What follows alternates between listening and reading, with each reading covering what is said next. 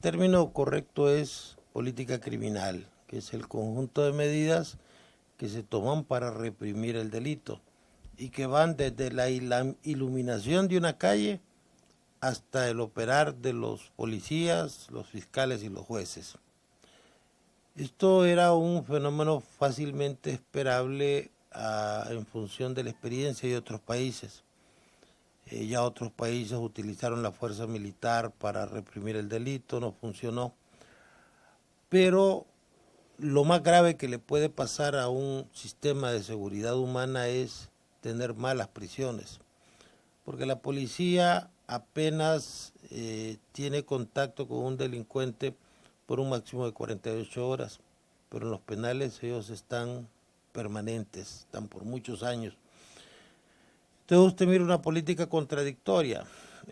Pasamos en poco más de 5 años de 12.000 presos a casi 22.000.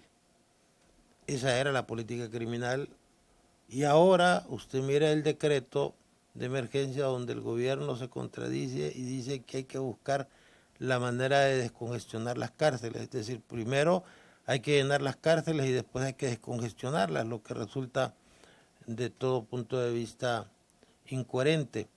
El gobierno emite una ley para prohibir las comunicaciones telefónicas. Me comentaba un director de penal que solo de una de las prisiones de alta seguridad salen un promedio de 9.000 llamadas mensuales y de otro centro penal que funciona en la antigua instalación de los Cobras salen 5.000 llamadas mensuales. Y el decreto de emergencia dice que hay que facilitar la comunicación de los presos. Entonces, ¿a dónde quieren llegar? ¿Cuáles son los objetivos y cuál es la matriz de seguimiento de esa política criminal? No, aquí están haciendo unas medidas que son verdaderamente rudimentarias y que no funcionaron. Y hoy tenemos un problema. Cuando usted utiliza el ejército para hacer labor que corresponde a la policía y a los custodios de los penales, ya utilizó la última línea de defensa del sistema. Si los militares fracasan en esto, pues ¿qué vamos a hacer? Ya no tenemos más recursos que utilizar. Entonces, esto que fue previsible desde hace 4 años y que algunos lo hemos venido sosteniendo, la necesidad de definir una política criminal por especialistas que en todo caso son criminólogos, antropólogos sociales, sociólogos, penalistas, todos, menos los militares, porque no es su función profesional, ni están capacitados para eso, pues derivó en una crisis donde los pocos logros que se habían tenido se echaron por el cesto de la basura, se fueron por el caño de lavadero, y hoy tenemos un sistema penitenciario corrupto, violento, con autogobierno de los presos, como lo teníamos hace 10 o 15 años. ¿Sigue la privatización en manos internacionales los centros penales? Yo creo que no. Es decir, la privatización es un gran riesgo.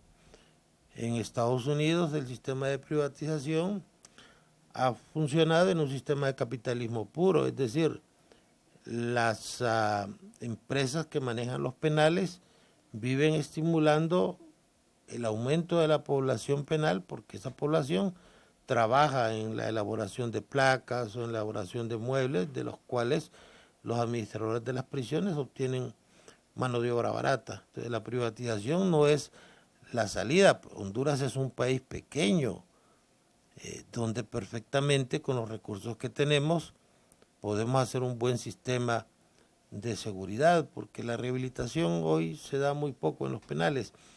Pero lo fundamental es que usted puede poner militares, pero mientras tenga los mismos custodios que desde hace muchos años han sido cooptados por los delincuentes o donde haya cárceles que controlan la Mara 13, por ejemplo, cuando tenga el control de las cárceles en manos de los criminales, puede poner a quien ponga y no va a funcionar.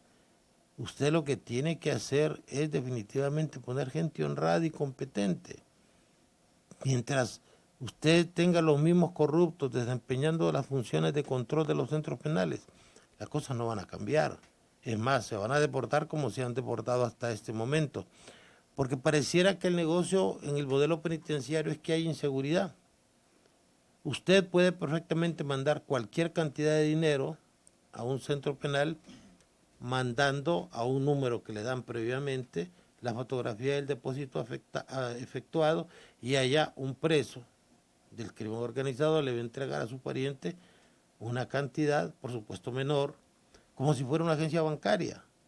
Esas remesas que se hacen desde fuera se han tecnificado a niveles que antes no se habían visto, y todo en función del negocio que es que haya anarquía, que haya desorden, que haya un régimen de autodefensa dentro de los penales. Aquí estar cómodamente, con relativa comodidad, en un centro penal le cuesta entre 20 y 30 mil empiras mensuales. Sí, ahora, licenciado, el señor Juan Orlando Hernández, desde el 27 de enero del 2014, que asumió el poder de la nación, ha creado cualquier cantidad de agencias, de fuerzas de tareas en temas de seguridad. Sin embargo, no vemos los resultados. Hoy el pueblo hondureño vive la mayor criminalidad fuera como dentro de los centros penitenciarios. ¿Por qué? Por incapacidad, o porque el negocio es que no haya seguridad. Mire, cuando usted habla de México, inmediatamente lo asocia con una terrible violencia. Pero la tasa de muertes por 100.000 habitantes en México este mes es de 22. Honduras va a cerrar el año con 46. Somos mucho más violentos que México. Obviamente, desde el punto de vista de la proporcionalidad. Usted no puede poner aficionados a manejar un tema tan delicado como es el sistema de represión del delito o el sistema de prevención del delito. Si usted tiene un problema estomacal, no va a ir donde un cardiólogo. Y aquí se hizo populismo penal, se hizo mucha demagogia en cuanto a querer ganar las elecciones utilizando el temor de la gente. Y hubo un candidato que dijo: los marelos, déjenmelos a mí. Y hubo otro que presentó una serie de propuestas para la seguridad donde se pretendía decir: vamos a terminar con la delincuencia, y que Honduras es un milagro y Honduras es un ejemplo. Y al final terminamos peor que como empezamos. Pero lo de los penales es mucho más grave, porque desde los penales se dirige la criminalidad organizada en base a la comunicación que se tiene con los sectores del crimen organizado que se encuentran en el exterior. Entonces, si a usted desde la cárcel no puede ejercer control, ¿cómo va a ejercer control con los criminales que están libres? Si no puede con los que están presos. Entonces, ahí es donde entran los problemas que derivan en fenómenos patológicos como el régimen de autodefensa o la creación de grupos de seguridad privada que se encuentran en México y que hacen el papel que le correspondería hacer al Estado. Entonces, ¿esto evidencia un fracaso total del gobierno de don Juan Orlando Hernández en temas de seguridad? Dejémoslo solo como fracaso, no digamos un fracaso total, porque estamos en época de Navidad y hay que dejar un margen de esperanza para la ciudadanía. Dejémoslo solamente con ese calificativo.